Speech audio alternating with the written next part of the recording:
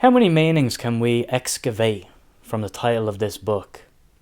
So many people are in chains, literally and metaphorically, spiritually. Big Bad Beowulf is in chains, at least for a time.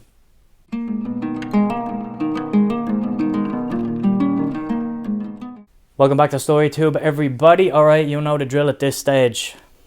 I finished House of Chains, Book 4 in the Malazan Book of the Fallen by Steven Erikson. Here I am again to give you an update on my journey through the Malazan Book of the Fallen.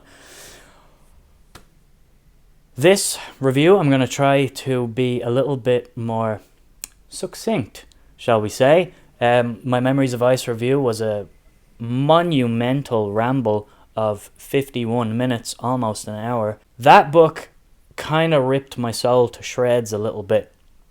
And it got me thinking about a lot of things that I wasn't expecting to think about with Malazan, with a fantasy series of books. And perhaps in that review I rambled a lot about, like, you know, some personal things, and I think that was the real strength of that book as well. Got me.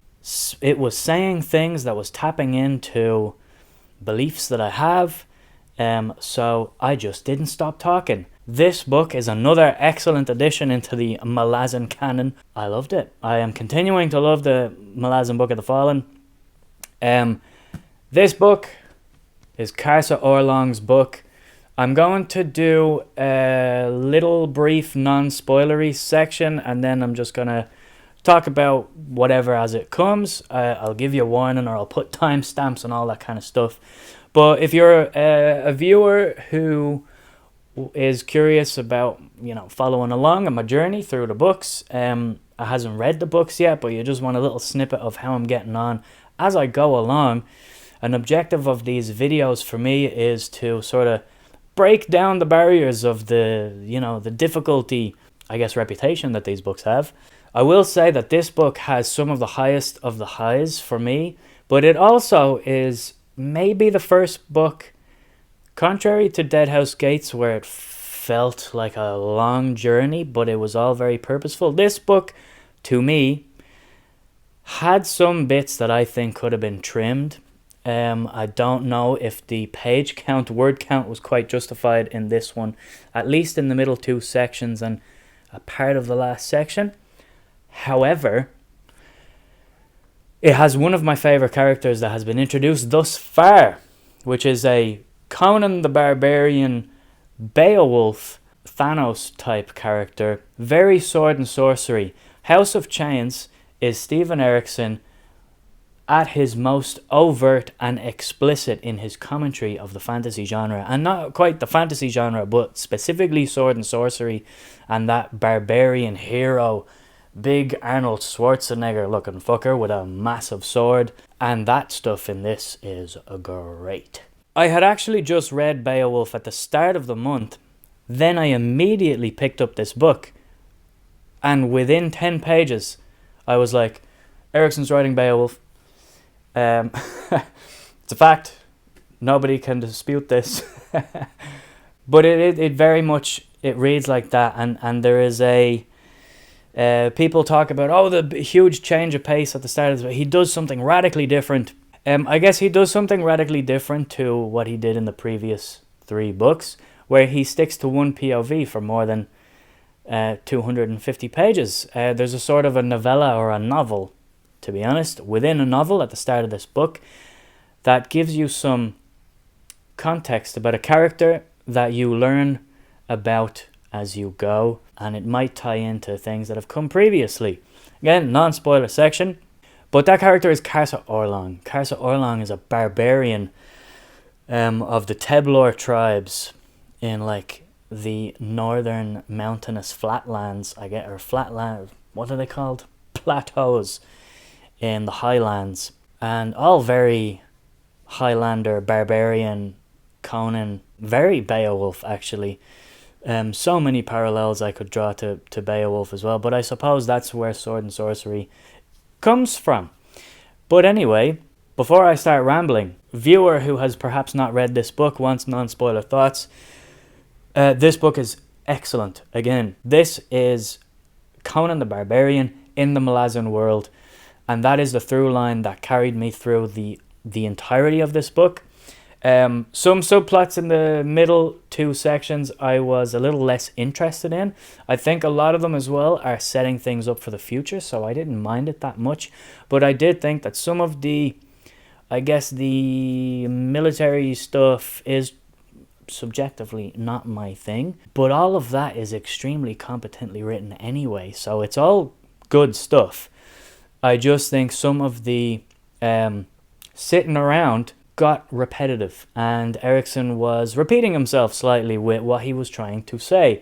And that is something that is directly kind of opposed to my thoughts on Dead House Gates and Memories of Ice. Memories of Ice, absolute banger from start to finish for me, to be honest, because every conversation, every time that we sit down with characters in that book, we're sort of learning something new about what he's trying to say, and the mirroring themes and all that stuff that I talked about in that video. And in this one, I kind of felt there's some specific examples with some characters that I'll talk about in the spoiler section, where there was a chapter that I felt that fulfilled the same purpose as a chapter I'd had 100 pages previous. So that's my only complaint about this one.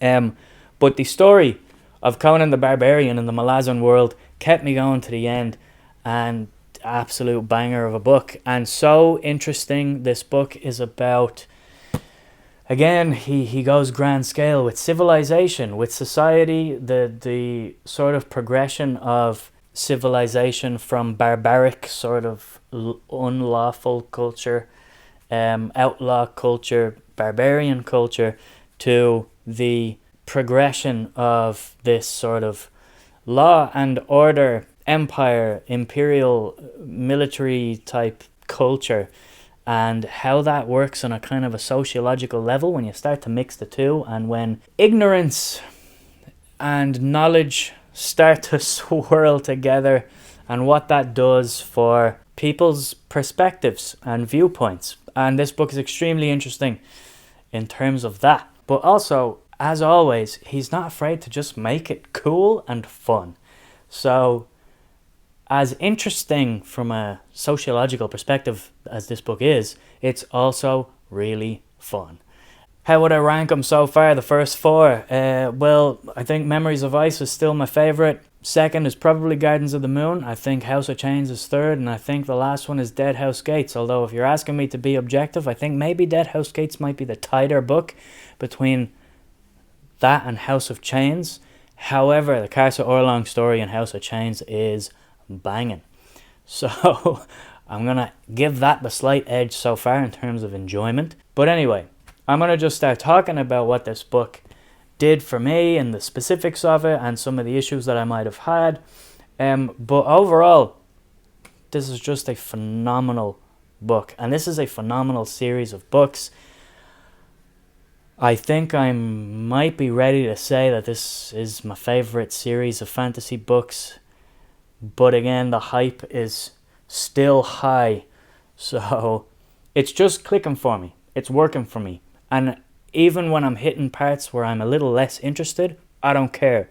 I'm still invested. I'm still intrigued. He still pulls me through with a sense of wonder and awe. And also, very quickly before we get into it, I just want to talk about context in this series. And I want to talk about the aura of difficulty that these books have online, if you're somebody who's still wondering whether to get into them or not. I think context is the element that maybe fantasy readers are not used to here, or the lack of context. You can pretty much follow the gist of what is happening. You may not always know the why, and therefore that might affect your ability to care about why we're doing something.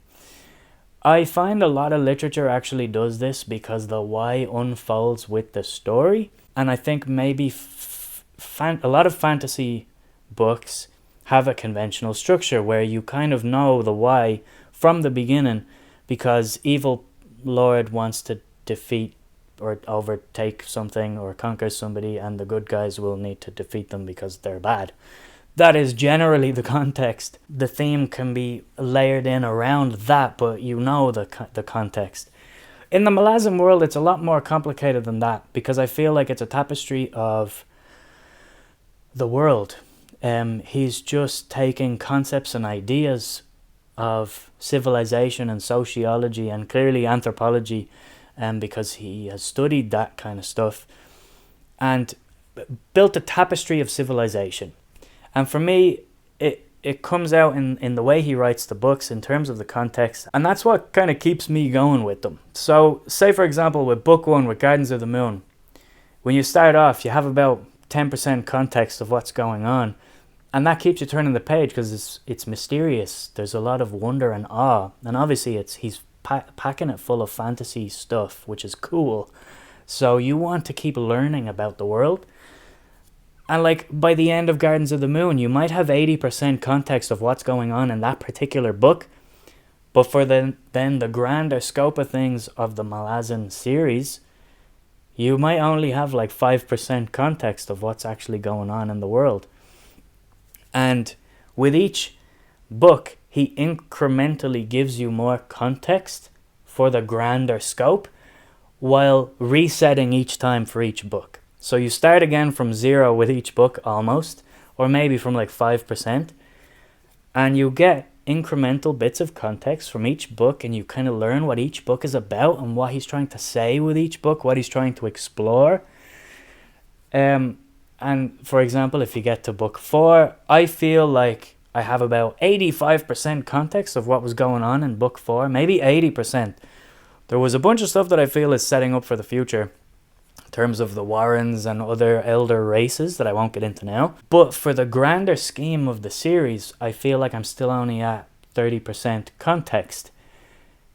I think if you flip a switch in your brain and you say, okay, that context I'm going to have to work for, and you tell yourself, okay, I know what is happening, but I don't yet know all of the whys, you might have an easier time with this series, because I don't think it's a difficult series to read. I think it's a challenging series of books if you are maybe not exposed to somebody breaking conventions in this way.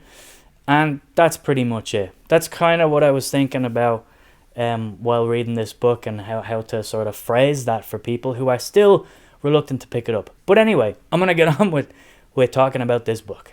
House of Chains obviously begins with the novel within a novel of Karsa Orlong, the young Teblor barbarian, kind of in awe of his grandfather and maybe having some issues with his father.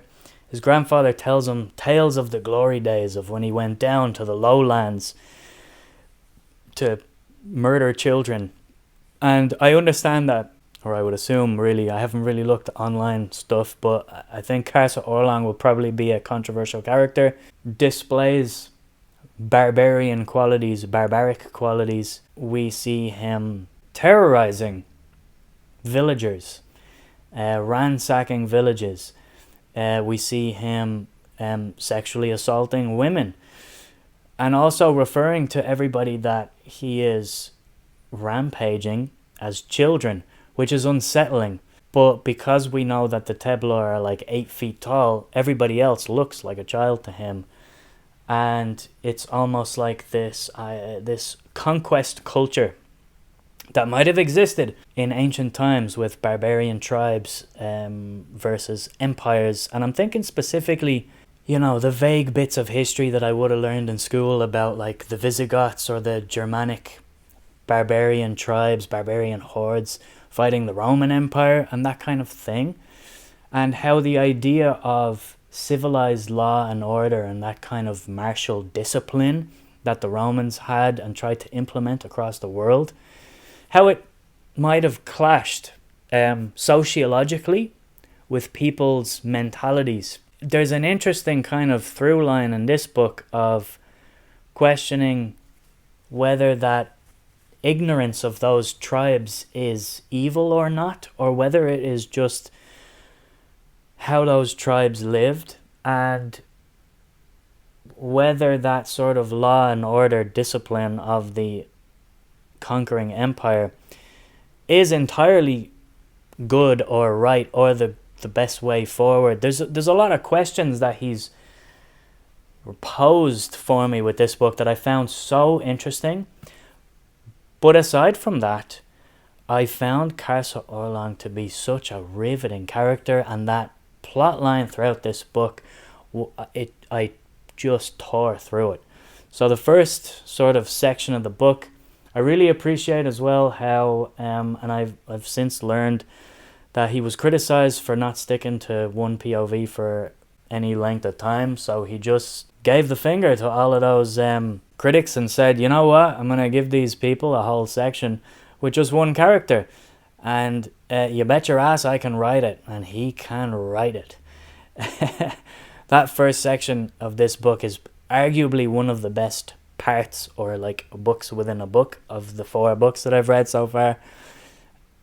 And to me, this is Karsa Orlong's book. He's probably the character I'm going to talk about the most in this video. I'll briefly mention some other characters that were standouts here for me. Crocus, who is now going by Cutter, and Apsalar, I found them very interesting. One of my criticisms that I mentioned at the beginning, some repetitive scenes. There were a couple of scenes with Crocus and Apsalar and how they view each other now, where Crocus is kind of developing this assassin persona, and he doesn't know how he's feeling about Apsalar the fisher girl, the fisher girl, or Apsalar the assassin lady. There were a couple of scenes that felt repetitive, a couple of chapters where the internal thought process of Crocus was kind of repeating itself for me. So that felt, it gave it a feeling of not justifying the page count a little bit.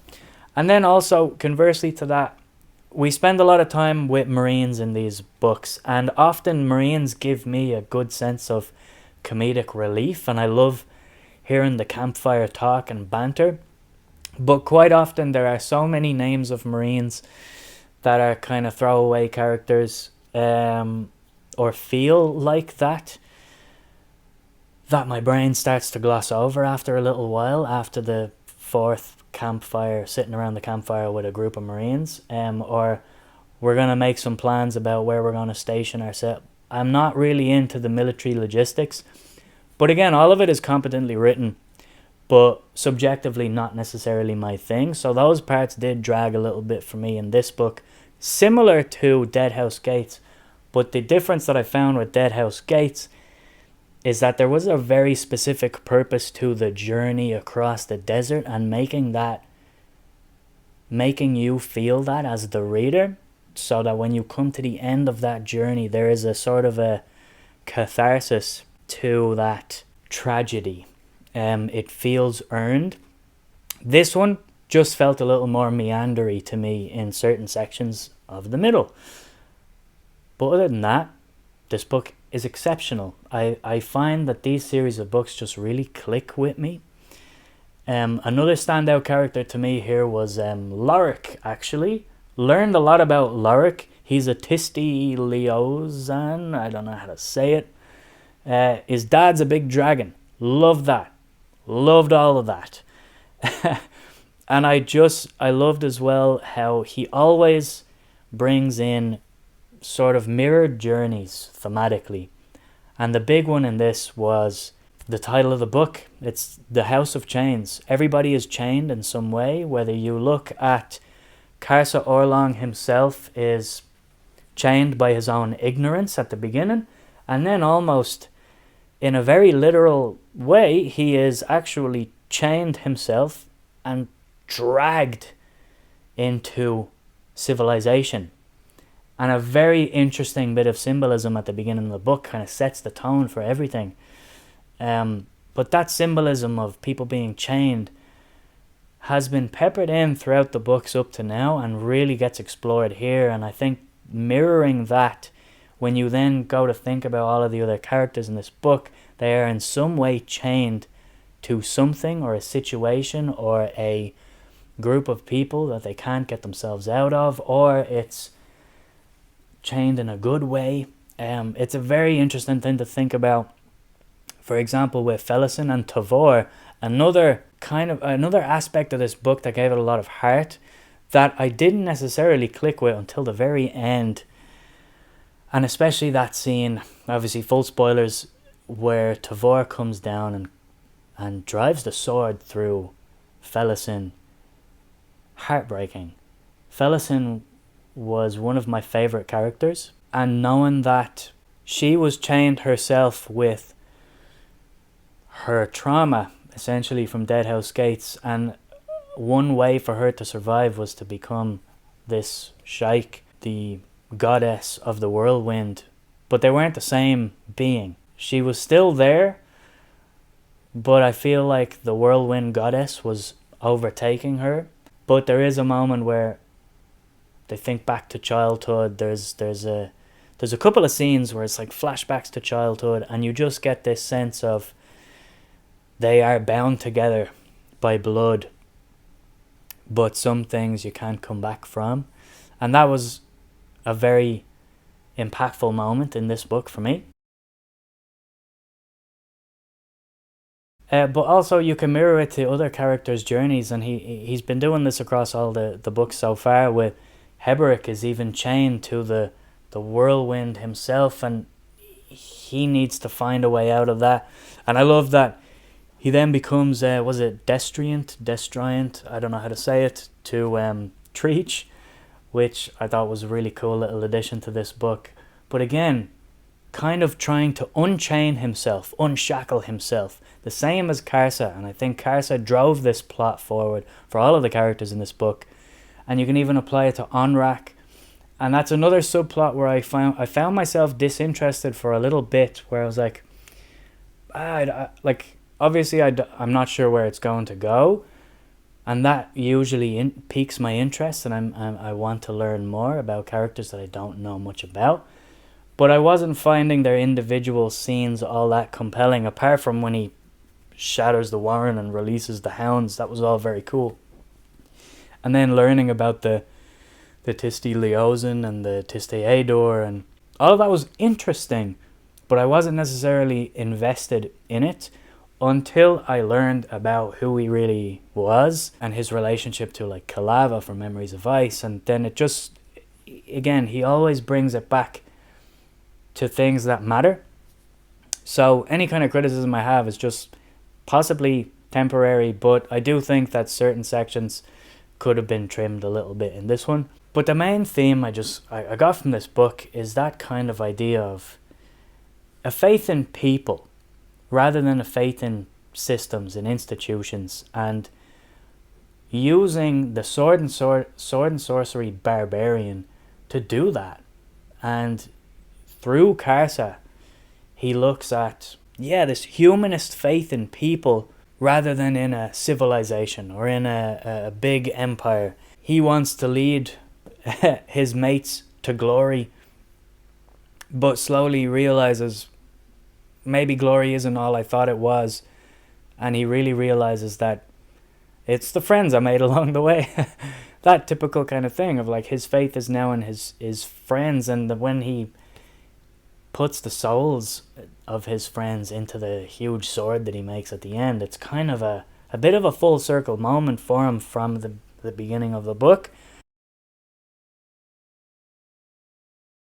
Every other character kind of mirrors this as well, of like, no, I'm not going to put my faith in another false god. I'm going to put my faith in you, this person here beside me. Or in terms of the antagonists like Corballo Dom, I'm going to put my faith in myself rather than the whirlwind, the Malazan Empire. I'm going to put my faith in me. I feel like that is the theme, that is the through line for me in this book. Also, the questions about ignorance. Is ignorance the oppression of culture, or is ignorance just being willingly separate from other cultures and not integrating into a civilization? And how do you pull yourself out of that ignorance as well? And the concept of the other. I just feel like even the symbolism itself of using this sword and sorcery barbarian to come down from the highlands and into the melting pot, into the basin of Raraku, to mingle with other civilizations, was a very interesting aspect of this book, and it's the whole center of it for me. But it's also his most explicit and overt commentary on fantasy as a genre, and looking at whether those characters are good, they're heroic, whether they are barbarians, really, whether they're evil, we're not sure. What are the motivations? We're still not sure. By the end with Karsa, he's still a bit of an enigma, an ambiguous figure, and I like that. I really, really like that. Do I like Karsa? I'm not sure. Do I understand him? I think I do. And I think I understand him the whole way through as well. Any decision that he makes, he's unpredictable sometimes, but I understand why he makes the decisions he does. And for me, that's what makes this Karsa's book. He is the center point, the anchor that all of the other sort of plot lines are built around. In Memories of Vice, the theme was the anchor for me, and all of the stories kind of mirrored that and linked into that in a way. Here, the idea was Karsa, and I just love that he used that to tell you the backstory of a very minor character from Deadhouse Gates that kind of appeared for 5 minutes, the Toblakai, and how he's his own boss. He wasn't really ever a faithful bodyguard to the Sheikh. Karsa is his own man. And he's just got a big fucking sword, and I love it. Another thing, again, with these books is that they are ridiculously fun to read. He's not afraid to be both mature and fun, and thought-provoking and fun. There's a scene where Karsa sits in a canoe thinking about his relationship with his father, like he doesn't respect his father. His father comes back to the tribe saying it's not all it's cracked up to be down there. Those tales of glory aren't all you think they are. Oh, well, you're not upholding our ways of the Teblor tribe. You're weak-willed. And as he descends into civilization, he begins to question that relationship with his father.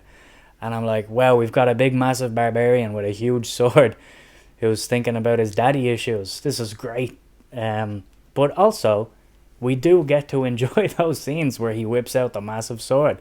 So it's a great book, another great addition, chapter into the Malazan Book of the Fallen. I had such a great time. There are bits now that I'm intrigued to learn more of. I wasn't super interested in the Onrak Troll storyline. However, towards the end of that, with the Warrens and the talk of the other the other races, I was super interested, and I think that is the basic premise of Midnight Tides. So I'm really excited to get to Midnight Tides as well, to learn more about that and delve into those characters a little bit more. Learn about the Tisti Ador, learn about the other Tistis, however many there are. That campfire scene where Troll Sengar tells his story, and the bit of the prologue as well. I'm looking forward to getting to that in Midnight Tides as well. So another great entry into the Malazan books. Sat on it for a couple of days, and I think, yeah, again, another solid one. Probably just below Gardens of the Moon, but it's got one of my favourite subplots out of the entire 4 books so far. So there you go. I wanted this video to be a little shorter. I don't actually know how long I've been recording for now. I'll figure that out when I sit down to edit it. But anyway, so comment down below what you guys think of House of Chains, what you guys think of my thoughts of House of Chains. I'll be back again soon when I pick up Midnight Tides, book 5. If you're just finding this, I have a whole series of Malazan videos. I have a video with AP from A Critical Dragon discussing kind of narrative in general. We were supposed to be discussing the first 2 books, but we kind of went off on a bit of a tangent. If you want to go back and look at those, also like this video if you enjoyed it. If you want to stick around for the rest of my Malazan journey, do consider subscribing. I'll be back soon when I get to Midnight Tides, and I will see you guys soon.